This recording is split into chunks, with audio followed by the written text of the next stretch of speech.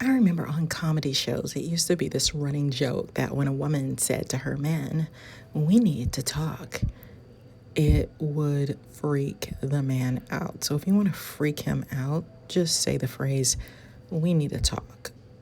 Or you need to figure out a different way to say what it is that you need and you want, because that phrase right there, it has garnished a bad name for itself. And the same thing for when a man says, "I need space." That does not bode well with most women. That is a great way to freak them out, because in relationship world, connecting is key. And it feels like you're about to be rejected, and nobody wants to feel like they're about to be rejected. They feel like, uh-oh, here's the beginning of things spiraling downhill. So instead of saying, "I need space," you might try saying, "I just need a little time to recharge. I care about you, and don't worry, we're okay." Instead of saying, "We need to talk," say, "Hey, can we talk later? Nothing bad. I just want to check in about something." You see? So those sayings exist because they capture a real emotional reaction. Why we need to talk and feel stressful is because it can trigger the anticipation of conflict. A man can feel like he's about to be in trouble, and it can create anxiety about what's coming next. It sounds serious even if the topic isn't. It could be something simple and solvable. So you might just want to start with the solvable thing instead of freaking them out. And then why I need space can feel upsetting is because when somebody hears, "I need space," it can trigger a fear of rejection. Are they pulling away from me? Uncertainty. How much space? For how long? And lack of reassurance. The phrase is vague, so people often fill in the gaps with worst case assumptions. And that's the same thing they do with that phrase, "We need to talk." It's kind of like with boundary setting. I did a video on why I don't like boundary setting. Sometimes when people go under the guise of setting boundaries, they create issues that weren't there and that are unnecessary. So you have to keep that in mind. Like, am I causing more friction in my relationships, and can I handle this in a way that reduces friction? So for example, a lot of mornings I like to listen to music. It recharges me. I like to listen to rap music. I like to listen to classical music on my way to work because it just helps me to relax a little bit and enjoy my long commute. And occasionally there will be people who like to call me, and there are some people who like to call me every morning on my way to work. And so I figured out other times that I can talk to those people, or I just may not answer and keep listening to my music, and I may send a quick text later saying, "Hey, is everything good? Sorry I couldn't talk when you called," or whatever, and just catch up with them later. But somebody who's setting a boundary would say, "Hey, you know what? Because people, when they start doing the "I'm setting boundaries," they're usually very rude instead of respectful. And so they start making demands like, "You better." And that's unnecessary. But anyway, this is how somebody who's setting a boundary would do it. They would go, "You know what? When you call me in the morning, it interrupts me when I'm trying to listen to music in my car. So can you please stop calling me in the morning on your way to work, because you're interrupting my flow and it causes me stress." I mean, okay, so now the person feels rejected. They feel like you're talking down to them. They feel like, okay, now what do I do? So now I may never call you again. It just creates drama, when a peaceful approach for me is I just don't answer, especially if it's somebody that I'm going to talk to that day anyway. And occasionally I may send a little text, "Hey, is everything okay?" And they'll write back, "Oh yeah, everything is just fine. Okay, have a wonderful day," rather than creating a conversation that causes issues or problems. And I've just reassured the person in some form because it's a friendship, right? So instead of using phrases like "we need to talk" and "I need space," figure out a different way. Just go into what the problem is. Like, you could say, instead of saying, hey, we need to talk, I don't like the way that, I think we need to clean up the kitchen before we go to work. I mean, I'm just making up something, but, just say, hey, I've got a great idea. I mean, instead of starting with, we need to talk, hey, I've got a great idea. Why don't we try cleaning up the kitchen before we go to work so that after work we can relax a little bit? I'll start us off, or do you want to split how we do it? Just avoid the trigger. I remember when I was in training to become a counselor, we had to practice on people, like each other, with real problems. And I remember telling the person I was working with, you're a perfectionist. And that was ticking her off. And so the professor told me, don't say that. Figure out a different way to explain that. Rather than saying you're a perfectionist, maybe define it rather than say that word. Like, you're trying to do everything right, and that's so commendable. But are there some other ways that you can handle that situation as well? Let's brainstorm. You see what I mean? So if you know you're triggering somebody and you know it's going to cause a fight, an argument, tension, why do it? Now, I also want to focus quite a bit on the whole space thing, period. So yeah, I need space is a phrase that's triggering, but I think space can destroy relationships. They can destroy romantic relationships. When you're fearful avoidant, you have the clingy side, just to say it in an extreme way, and you have the pull away, runaway side, that avoidant side. So I think people have to understand that space unknowingly causes a lot of friction and problems in relationships.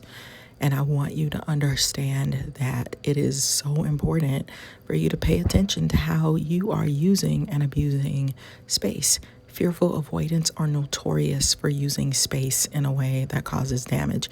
And of course, we know that dismissive avoidants are notorious for needing excessive space in their relationships. It could be to the point where you're creating a relationship that isn't really a relationship, because a relationship entails certain things and behaviors and closeness and being together. So wanting to be a spouse, a husband, or wife, it requires certain things that are the norms. And when you're not doing those things, you have to think about, you know what? I need to be alone, because now you're taking advantage of a person. Like, okay, when I want closeness, then I get closeness. So I'm satisfying a part of my need, but then the other half of me doesn't want to be bothered at all. That's not a relationship, and that's not fair to that person. So you probably need to consider being single for the rest of your life. I mean, seriously. So I think with fearful avoidance who house two attachment styles within one, men are notorious for needing space once they fall hard for the woman. Now all of a sudden, I need to get away from you because I feel vulnerable and I can't handle the vulnerability. So I need space. I need to run away from you. And that does not translate in women's world very well. If two women are friends and one all of a sudden gives a ton of space, it can be interpreted as you don't like me, you hate me, something I'm doing is wrong. So in relationship world, especially romantic relationship world, space can create damage. Some men will pull away for 2 weeks and then come back like nothing has happened. And the woman is thinking, okay, we haven't even talked, and now you're acting like everything is okay. John Gray, who wrote Men Are From Mars, Women Are From Venus, says that men pull away as he doesn't call it their attachment cycle, but their intimacy cycle. They pull away and then they come back stronger. But for women, that's super annoying, because during that time, she's had time to start to shut down, to rethink things, to worry, to change something about herself that you liked, because maybe that's why you pulled away.